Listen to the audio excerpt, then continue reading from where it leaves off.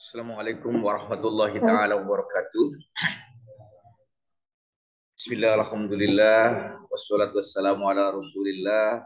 Rabbi shrah li sadri wa yassir li amri wa hlul uqdatam min lisani yafqahu qawli. Amma ba'du. Jamaah salat subuh Masjid Nurul Iman dan umat Islam dimanapun berada, di mana suara saya dapat didengar, yang sangat kami hormati dan insya Allah senantiasa dimuliakan Allah Subhanahu wa Ta'ala. Marilah kita teruskan kaji kita pada kesempatan pagi hari ini. Kita insya Allah akan meneruskan kajian tafsir surat Hud ayat 41 ya. Kemarin kita sudah membahas surat Hud sampai dengan ayat 40 ya. Insya Allah sampai dengan ayat 49 kisah tentang Nabi Nuh akan selesai dan diganti dengan Nabi Hud. Jamaah yang dimuliakan Allah Subhanahu wa taala, kemarin ayat 40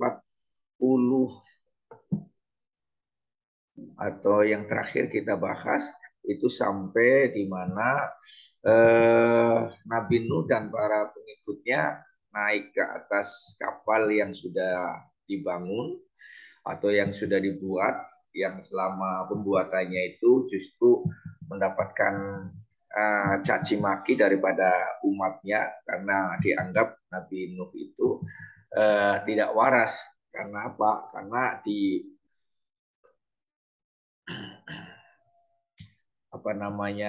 di situasi di mana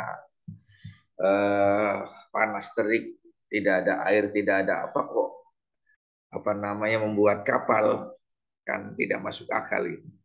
Tapi itu karena perintah Allah, sehingga di ayat 39 Allah memberitahu bahwa nanti kalau tanur itu kemarin kita sudah bahas, panggangan roti, kalau kita mungkin pawon atau dapur, kalau dapurnya sudah memancarkan air, segera naik ke atas kapal. Dan begitu ada tanda-tanda itu, dapur mengeluarkan air dari bawah. Lalu Nabi Nuh dengan keluarganya pada naik ke atas kapal. Wa ya tajri bihim fi maujin kal jibal wa nada nuhun benahu wa kana fi ma'zi li ya bunayar kam ma'ana wala takum al kafirin. Itu panggilan Nabi Nuh terhadap anaknya. Tapi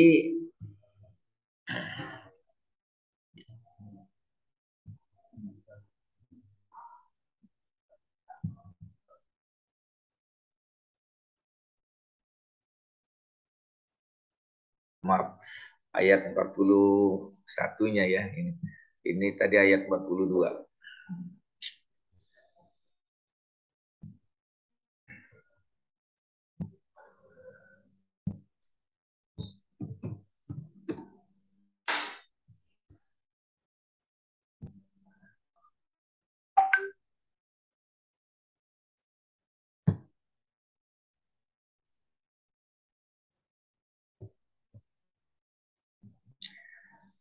Di ayat 41, lalu begitu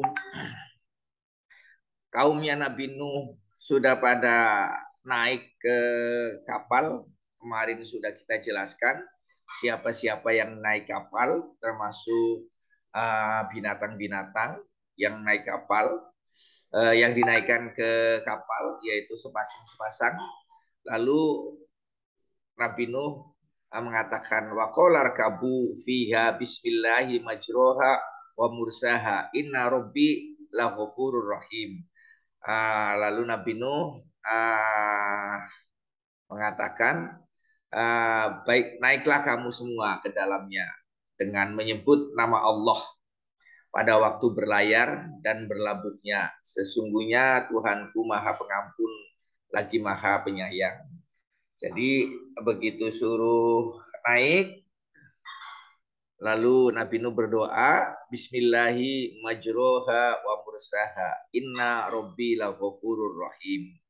Nah, ini juga doa yang disampaikan oleh Rasulullah Shallallahu Alaihi Wasallam apabila kita melakukan perjalanan. Ini asbabun nuzulnya seperti ini. Jadi ini yang baru pulang haji mana? Ah, oh ya Pak Ustadz Badi, ini biasanya doa ini kan kalau mau naik kendaraan atau apa pada saat berangkat haji sejak dari Indonesia sampai di sana pun kan pemandunya membaca doa ini ya. Nah, jadi ini karena kalau kita ini hari-hari biasa kan jarang ya membaca doa ini. Tapi biasanya jamaah umroh sama jamaah haji pemandunya itu dari Indonesia sampai di sampai di Makkah sampai dengan kembali bahkan di pesawat pun apa namanya pramugarinya membacakan doa ini ya. Pasnya dulu umruhu setiap aktivitasnya aja balil mukminin kullu umruhu khairan, setiap aktivitasnya mempunyai nilai ibadah. Laisakana dzalika li ahadin, hal ini tidak akan didapat kepada oleh siapapun illa lil mukminin, kecuali bagi orang yang beriman. Kenapa? Idza aswabathu sarra'u sakaro, apabila kita mendapatkan keberuntungan kita bersyukur. Wa idza fakana khairullah, maka sikap yang demikian itu bagus bagi dirinya. Begitu juga wa idza asobathu dzarra'u sabaro, apabila belum mendapatkan keberuntungan sobaro, bersabar, fakana khairullah, maka kita mendapatkan maka baik bagi dirinya. Inilah dasar hukumnya. Jadi apabila kita melakukan suatu perjalanan lalu kita berdoa dengan doa ini, lalu kenapa kita dengan doa ini? Karena itu perintah Rasulullah. Maka karena kita menjalankan perintah Rasulullah, maka perjalanannya itu punya nilai ibadah. Ya mohon maaf saja, jangan sampai terjadi sesuatu. Tapi apabila terjadi sesuatu, insya Allah itu tetap berada di jalan Allah. Kalau kita kaitkan lagi, kalau di dalam hukum zakat kan dibagi untuk 8 golongan ya. 8 golongan salah satunya adalah musafir, orang yang sedang melakukan suatu perjalanan. Lah, kalau orang yang sedang melakukan suatu perjalanan di jalan Allah itu boleh. Tapi kalau melakukan perjalanan di luar jalan Allah tentunya tidak boleh. Lah, atas dasar ini maka apabila kita melakukan suatu perjalanan lalu kita membaca doa ini berarti kita perjalanannya di jalan Allah. Ini saling terkait ya. Coba saja kalau kita hubungkan ya, asuransi apabila orang melakukan perjalanan ada kecelakaan kita kan dapat asuransi. Tapi persyaratannya terpenuhi apa tidak ya enggak? Kendaraannya umpamanya ada suratnya apa tidak? Punya SIM apa tidak gitu. Kalau kendaraan yang kita gunakan tidak ada suratnya kita tidak dapat. Betul ya? Jadi kalau kayak gini berarti hidup itu harus ada pakai aturan gitu. Tuhan pun memperlakukan seperti itu. Jadi kelihatannya sepele ya. Nah, atas dasar itu coba mari kita bukan hanya perjalanan haji atau umroh, tapi kalau kita coba mau berangkat kerja ya. Bismillahirrahmanirrahim. Bismillahi majroha wa mursaha inna rabbi laghafurur rahim. Nah, insya Allah perjalanannya selamat dan mudah-mudahan tidak ada sesuatu. Tapi kalaupun ada sesuatu itu tetap berada di jalan kebenaran, di jalan Allah.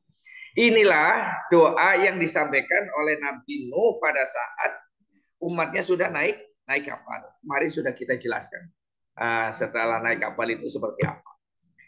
Lah, sekarang kan sudah posisinya naik kapal ya. Ini ya, sampai dengan ayat 49 saja nanti selesai kisahnya Nabi Nuh. Nanti di akhir kisah akan dijelaskan bahwa kisah ini sebelumnya tidak ada dan di kitab lain tidak ada. Itu disampaikan di Al-Qur'an kepada Muhammad Rasulullah SAW.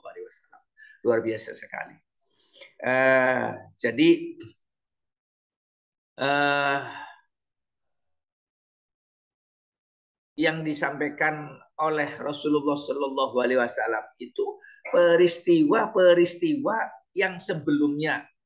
Waktu itu Rasulullah saja belum ada, tapi Allah memberitahu kepada Rasulullah, tolong disampaikan kepada umatnya. Ya, kalau saya, mohon maaf saja nih, di masjid ini saya cerita terhadap sesuatu yang dulu saya belum lahir. Kan kira-kira, kamu dopok apa ya? Betul gak? Saya umpamanya menceritakan sesuatu yang zaman penjajahan gitu kan. Nah, itu kan sejarah.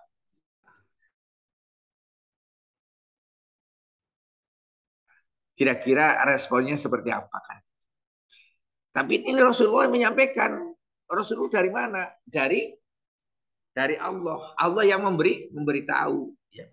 Kok bisa tahu gitu? Nah, di ayat 42-nya ini kan kapal sudah berlayar karena begitu air dari tanur dari dapur itu muncrat langsung buru-buru naik kapal, itu jedanya di dalam kitab dijelaskan begitu cepat, kondisinya tidak apa namanya, jedanya antara air yang keluar dari dapur itu begitu cepat.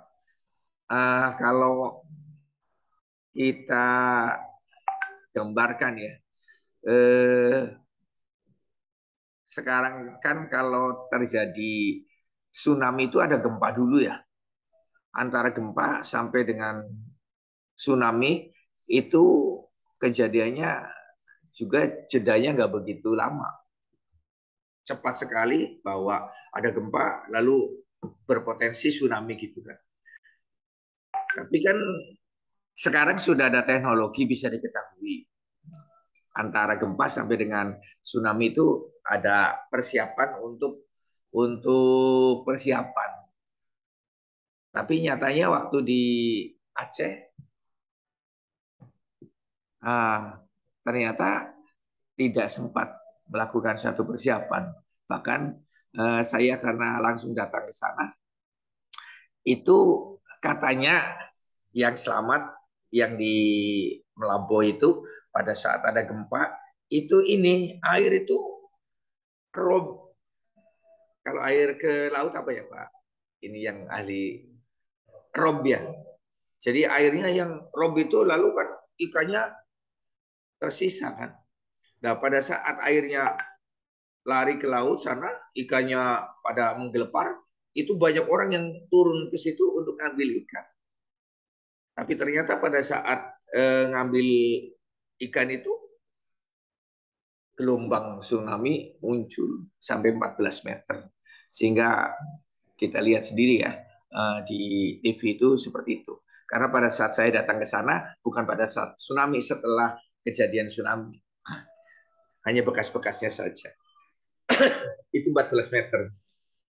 Tapi di sini di kisahnya Nabi Nuh, itu gunung-gunung saja sudah ini apa namanya, tidak ada air yang di bawahnya gunung, di atas gunung itu, jadi sudah tidak ada tempat lagi berlindung. Kalau tidak percaya lihat nih, wahya tajri bihim fi maujin kal jibal wa nadanu nahu wa kana fi ma'zalin ya bunayya kab ma'ana wala takum ma'al kafirin. Wahya tajri bihim fi maujin kal jibal, dan kapal itu berlayar membawa mereka ke dalam gelombang laksana gunung-gunung. Jadi gelombangnya seperti gunung-gunung dan di atasnya gunung betul. Jadi waktu Nabi Nuh mengatakan ya bunaya, ayah anakku, Jadi Nuh wana dan Nuh nahu. Lalu Nabi Nuh memanggil anaknya, wa kana fi ma'zilin ya bunayyarkab ma'ana. Wahai anakku, mari kita ayo sini. Apa namanya, naik kapal. Ini menandakan bahwa hubungan darah itu nggak bisa dibohongin sampai kapanpun. Karena ini udah jelas ya, udah jelas apa namanya, anak kandungnya menentang, tapi Nabi Nuh dalam kondisi kayak gitu tetap ingin menyelamatkan anaknya. Nanti terjadi dialog antara Nabi Nuh sama Allah. Bagaimana? Padahal Allah sudah berjanji keluarganya suruh diselamatkan, suruh naik kapal. Kenapa? Nuh kan anak saya, kenapa nggak diselamatkan? Kira-kira begitu. Ini jelas sekali di Al-Quran, itu dijelaskan sekali. Lalu kata Nabi Nuh, kamu jangan campur sama orang-orang kafir sini. Tapi Kan'an tetap tidak mau ya, dengan pongahnya, kola sa wiya ila jabalin ya simuni minal ma'i qala la asomal yauma min amrillah illa man rahima wa hala bainahumal mauju fakana minal mughraqin. Jadi pada saat dipanggil, kalau ini bukan hoax ya, ini ada di dalam Al-Quran. Jadi pasti benarnya, cerita ini pasti benarnya. Cerita ini kemarin sudah kita jelaskan dari awal sampai insya Allah nanti ayat 49. Semua itu memberikan gambaran kepada kehidupan kita. Qala sawiya ila jabalin. Dan anaknya menjawab. Qala sawiya. Anaknya menjawab, atau Kan'an itu menjawab. Ila jabalin yaksimuni minal ma. Aku akan mencari perlindungan ke gunung yang dapat menghindarkan aku dari air bah. Jadi kalau saya dulu di pesantren itu kiainya menjelaskan ini karena sudah di luar kepala, jadi nggak pakai Al-Quran. Saya pikir itu dongeng karena dia tidak lagi melihat ini, jadi menyampaikan saja kayak gitu kisahnya Nabi Nuh. Bahwa anak itu tidak boleh apa namanya durhaka sama orang tuanya. Saya pikir dongeng itu karena nggak pakai ini ya. Ternyata betul di Al-Quran itu ada. Qala sawiya. Jadi Nabi Kan'an itu menjawab panggilan Nabi Nuh. Jawabannya Kan'an mengatakan apa? Ila jabalin yaksimuni minal ma'i. Saya akan mencari gunung saja yang lebih tinggi, yang akan terhindar dari bencana air bah. Qala la asimal yauma min amrillah. Tidak ada yang melindungi dari siksa Allah. Lalu kata Nabi Nuh, anakku, pada saat seperti ini tidak ada yang bisa melindungi selain Allah. Illa man rahimah, kecuali yang diberikan rahmat oleh Allah. Ya, sini masuk ke dalam Al-Quran. Kalau tidak salah saya sering ngomong di sini sama Pak Ustadz Busro. Mudah-mudahan tidak salah ya. Seandainya nanti di Yaumil Hisab itu tetangganya ingin naik kapal ini ya, kapal Nurul Iman. Meskipun kenal juga nggak boleh, nggak mau. Iya, nggak punya password. Nggak punya password. Dulu bertetanggaan kok sekarang sombong, nggak bisa. Jangankan tetangga, istri pun tidak bisa. Umpamanya, ya dulu memang istriku, ya tapi kan kalau diajak ke Masjid Nurul Iman nggak mau, maunya kalau diajak ke mall. Passwordnya nggak ada gitu. Dulu kalau diajak ke Masjid Nurul Iman nggak mau, maunya ke mall. Sekarang apa namanya?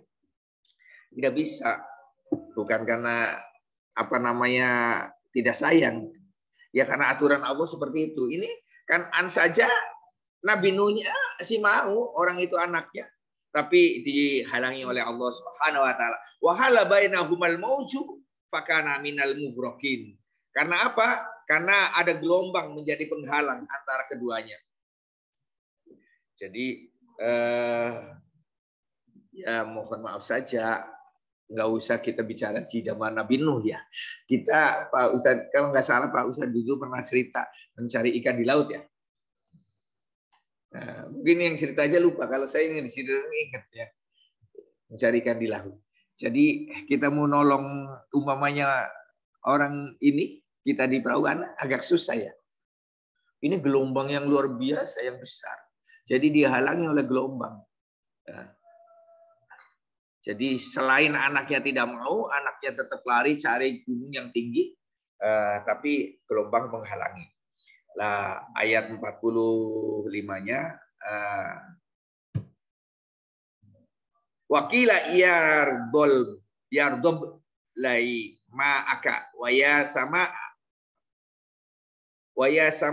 ak lai wa ghaidul ma'u wa qudiyal amru wastauku alal judi wa qila bu'dal liqaumi zalimin. Jadi wakila yardub la'i ma'aki wa yasama'u li'i wa ghidal ma'u wa qudiyal amru wastawat alayyal judi wa qila bu'da liqaumi zalimin.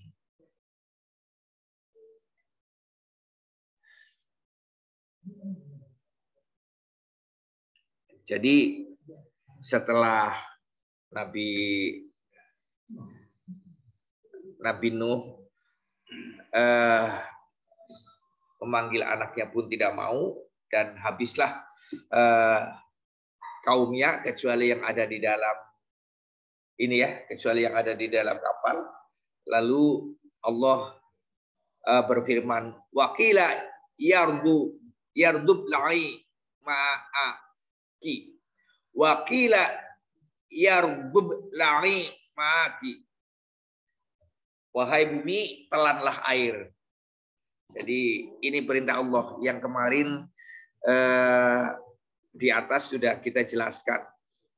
Di ayat 45 Allah berfirman, bumi seluruh menelan air. Jadi airnya akhirnya kering ya. Akhirnya kering. Wa ya sama'u aqli'i wa ghaidul ma'u. Lalu Allah memerintahkan langit supaya hujannya berhenti. Jadi kemarin sudah kita jelaskan, yang bisa menghentikan hujan itu hanya Allah. Ya, jadi jangan percaya sama pawang-pawang itu. Tapi kalau kita berdoa itu boleh. Tapi jangan mengatakan kalaupun umpamanya pada saat kita berdoa lalu hujannya berhenti, lalu kita mengklaim dirinya sebagai pawang yang bisa menghentikan hujan. Inilah tauhid. Jadi jangan ketukar-tukar, karena kadang-kadang manusia itu suka keluar ujubnya. Ujub itu sombongnya ya. Jadi umpamanya saya berdoa supaya hujan turun, karena kebetulan doa saya dikabulkan oleh Allah, hujannya turun. Lalu sekeliling kita memuji-muji saya ya. Wah, hebat itu Ustaz. Doanya langsung dikabulkan. Lalu saya mengklaim diri saya sebagai pawang, ya enggak. Begitu saya mengklaim diri saya sebagai pawang. Lalu setiap ada hujan saya diundang ya. Saya diundang. Lalu kebetulan juga pada saat kita berdoa, doanya kan sama ya. Lalu nggak turun hujannya, wah semakin sombong lagi saya. Wah, itulah makanya kita harus pada posisi yang hati-hati, karena jangan sampai kita terpeleset ya. Karena Nabi Ayub ya, mohon maaf saja, itu kalau tidak salah ya, karena itu adanya di Al-Quran. Pada saat sakit, lalu disuruh Allah memetik daun yang ada di depan rumahnya, tempelkan ke dalam perutnya yang sakit itu. Begitu diambil daun itu, ditempelkan, sembuh. Lalu lupa pada sakit lagi, metik daun itu lagi, ditempelkan, nggak sembuh. Lalu protes kepada Allah. Iya, karena waktu itu kamu minta kepada kepada saya, kamu sembuh. Sekarang kamu, iya, daun. Jadi yang menyembuhkan itu bukan daun itu, tapi aku Allah gitu. Jadi sakit yang kedua bukan minta kepada Allah, tapi mintanya kepada daun. Ya. Ini ayat ini sering saya gunakan untuk menasihati para dokter. Sampean itu kalau ngobati ya, selain kalau apa yang saya sampaikan ini sampean ikuti, insya Allah selain maaf ya, kalau dokter kerja kan dapat duit ya. Selain itu bernilai ibadah. Caranya apa? Caranya sampean Bismillahirrahmanirrahim, dengan ilmu yang Allah berikan kepada saya, berilah pertolongan kepada saya supaya saya bisa menolong orang lain, supaya orang lain sembuh. Insya Allah orangnya sembuh, sampean juga dapat pahala karena sampean nggak sombong. Karena hanya pengetahuan saja yang diberikan, lalu pengetahuan itu digunakan, lalu insya Allah menyembuhkan orang lain.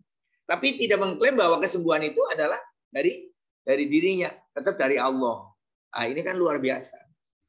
Kalau kita dalam setiap aktivitasnya menyandarkan hal-hal macam itu, ya Allah luar biasa. Itu yang disebut ternyata setelah saya cek menurut tasawuf itu disebut zuhud.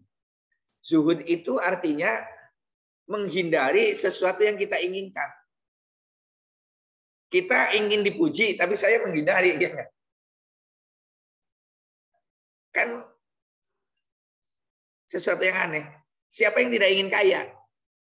Semua ingin, tapi saya menghindari. Bukan menghindari hartanya, tapi menghindari jangan sampai kekayaan itu menjadikan saya sombong. Beda ya? Itu zuhud. Jadi zuhud itu menghindari sesuatu yang diinginkan. Ya pagi ini mungkin yang diinginkan nongkrong di rumah sambil nonton TV, tiduran ya enggak. Tapi itu dihindari ke sini malah. Itu juga zuhud. Nah, bahkan tadi yang ekstrimnya, siapa yang tidak ingin kaya? Pasti semua. Tapi dihindari, bukan menghindari kekayaannya, tapi menghindari jangan sampai kekayaan itu menjadikan saya sombong. Menghindari, siapa yang tidak ingin dipuji? Semua orang ingin dipuji, tapi saya menghindari karena saya masih sebagai manusia khawatir dipuji orang itu lalu saya besar kepala. Lah kalau kita mempunyai sifat zuhud, insya Allah selamat dunia akhirat. Luar biasa ya. Mohon maaf saja. Kalau dulu saya di pesantren ya, kiai itu kan di salaman lalu dicium ya tangan. Kiai itu narik itu. Karena ya kan? Karena tidak ingin saya ini dipuji-puji sampai seperti itu. Jadi bukan berarti dia cium tangannya aja nggak mau sok. Enggak, tapi sebetulnya tidak ingin diperlakukan seperti itu. Gitu. Iya, gitu. Itu zuhud namanya. Jemaah yang dimuliakan Allah Subhanahu wa taala, di sini Allah memerintahkan supaya bumi mengeringkan airnya dan langit menghentikan hujannya.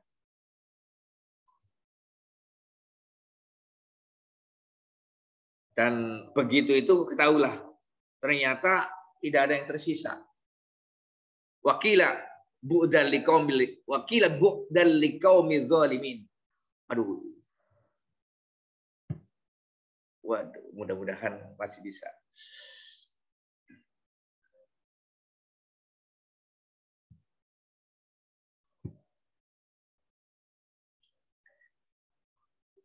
Jadi setelah kapal ini ternyata yang selamat cuma yang ada di situ. Wakila bu'dal liqaumil zalimin. Wah, binasalah orang-orang zalim. Semuanya nggak ada. Tidak ada yang tersisa. Jamaah yang dimuliakan Allah Subhanahu wa taala.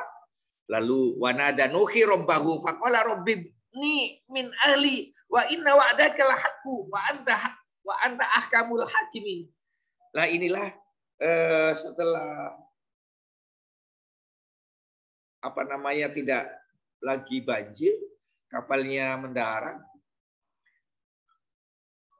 Susah ya kalau dibilang mendarat karena ini kan posisinya bukan sedang berlayar di laut lalu cari ini ya.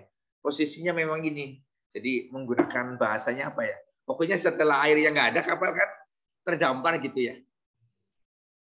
Lalu wanada Nuh rabbahu, dan Nuh memohon kepada Tuhannya sambil berkata, ya Tuanku, sesungguhnya anakku adalah termasuk keluargaku. Yang kok tidak ada, padahal kok kan bilang saya suruh memerintahkan, saya diperintahkan menyelamatkan keluargaku. Padahal Kan'an kan anakku, kenapa tidak ikut diselamatkan? Protes. Ini termasuk kejadiannya Nabi Khidir. Kalau Nabi Khidir ada anak kecil, maaf ya, dibunuh. Lalu Nabi Isa tanya,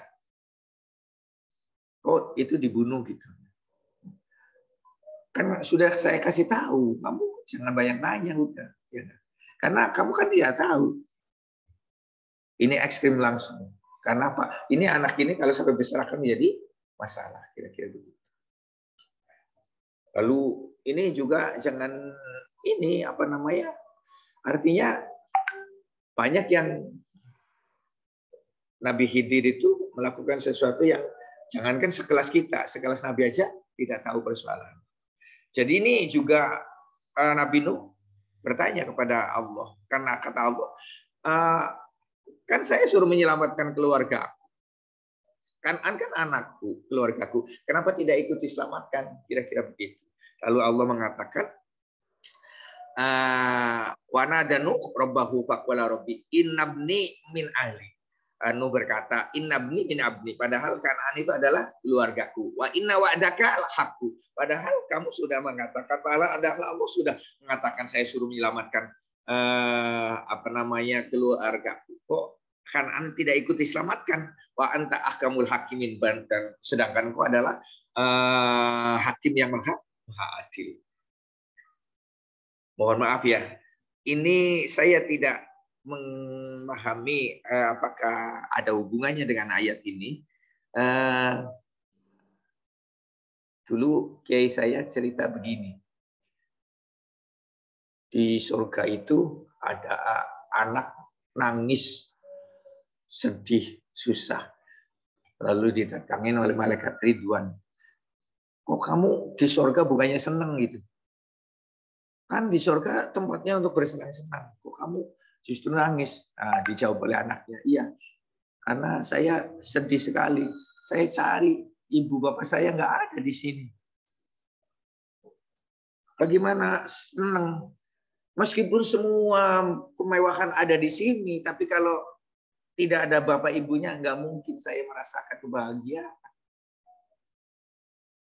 Kalau begitu, katanya Allah itu, surga itu tempat kebahagiaan. Nyatanya saya tidak bisa bahagia. Gitu. Saya hanya bisa bahagia apabila orang tua saya ada di sini. Kalau saya tidak bahagia, ya berarti Allah bohong. Kira-kira. Lalu cerita itu disampaikan kepada Allah, kata Allah, malaikat Ridwan, Allah, ada hambamu yang protes di surga itu, dia katanya Allah bohong. Kalau di surga itu bahagia, tapi dia ternyata tidak bahagia. Loh, kenapa dia tidak bisa bahagia? Dia kalau bisa bahagia apabila berkumpul dengan orang tuanya. Dia baru bisa bahagia apabila berkumpul dengan orang tuanya. Kalau tidak bisa bahagia berarti Allah bohong. Lalu kata ya, ini cerita ini mungkin dikarang-karang saja kali. Tapi kalau dilihat ayat ini agak memper. Lalu ya udah kalau gitu carikan orang tuanya, kumpulkan. Begitu dicarikan orang tuanya ada di mana, ternyata ada di neraka. Lalu begitu dikasih tahu lagi kepada anaknya, orang tuamu ada tapi di neraka. Bukannya semakin senang, semakin sedih karena orang tuanya ternyata di neraka. Bagaimana? Tadinya cuman sedih karena belum ketemu, ternyata setelah dapat informasi orang tuanya di neraka semakin sedih. Wah, laporan lagi sama Allah. Ini anaknya begitu dikasih tahu semakin sedih. Semakin mengatakan Allah bohong, ya kan? Surga itu tempat kebahagiaan kok ternyata tidak. Akhirnya apa? Akhirnya ya sudah, itu orang tuanya yang di neraka diangkat lalu dikumpulkan di surga. Baru anaknya merasa bahagia. Inilah yang disebut anak soleh. Nah, yang memperjuangkan sampai segitunya. Ini cerita ini saya tidak tahu dari kitab mana.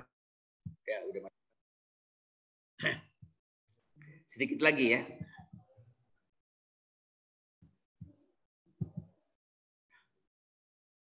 Qala ya Nuh innahu laisa min ahlika. Allah mengatakan, wahai Nuh, itu anakmu tapi bukan keluargamu. Ini jelas sekali ya. Itu anakmu, memang anakmu, tapi bukan keluargamu. Kata Allah, qala ya Nuh innahu laisa min ahlika. Dia itu Kan'an itu bukan keluargamu, anakmu tapi bukan keluargamu. Innahu amala ghairu sholihin. Karena apa? Perbuatannya tidak baik. Jadi tadi kan Nabi Nuh protes ya. Kata Allah, kamu nggak tahu apa yang saya tahu. Memang itu anakmu tapi bukan keluargamu. Kenapa? Karena dia bukan orang yang anak yang soleh. Fala tas'alni ma laisa laka bihi ilmun. Lalu di sini Nabi Nuh menyesal karena Nabi Nuh merasa tidak tahu tapi sok tahu. Sesungguhnya dia adalah bukan termasuk keluargamu karena perbuatannya sungguh tidak baik. Sebab itu jangan engkau memohon kepadaku sesuatu yang tidak engkau ketahui. Kamu kan tidak tahu. Makanya kalau berdoa juga yang rasional. Saya pernah diprotes berdoa rasional itu seperti apa, Ustaz? Saya bilang, ini ada doa tapi tidak masuk akal. Saya berdoa begini, ya Allah, mudah-mudahan saya jadi kepala rumah sakit. Itu tidak rasional. Tapi kalau ya Allah, mudah-mudahan saya jadi presiden, itu lebih rasional. Kenapa? Karena kepala rumah sakit persyaratannya harus dokter. Saya bukan. Tapi kalau saya berdoa mudah-mudahan saya jadi presiden, boleh. Karena saya bisa, persyaratannya bisa jadi presiden, ya enggak? Jadi doa juga jangan ini. Ya harus tetap rasional. Jangan karena Allah semuanya itu mengabulkan. Lalu ini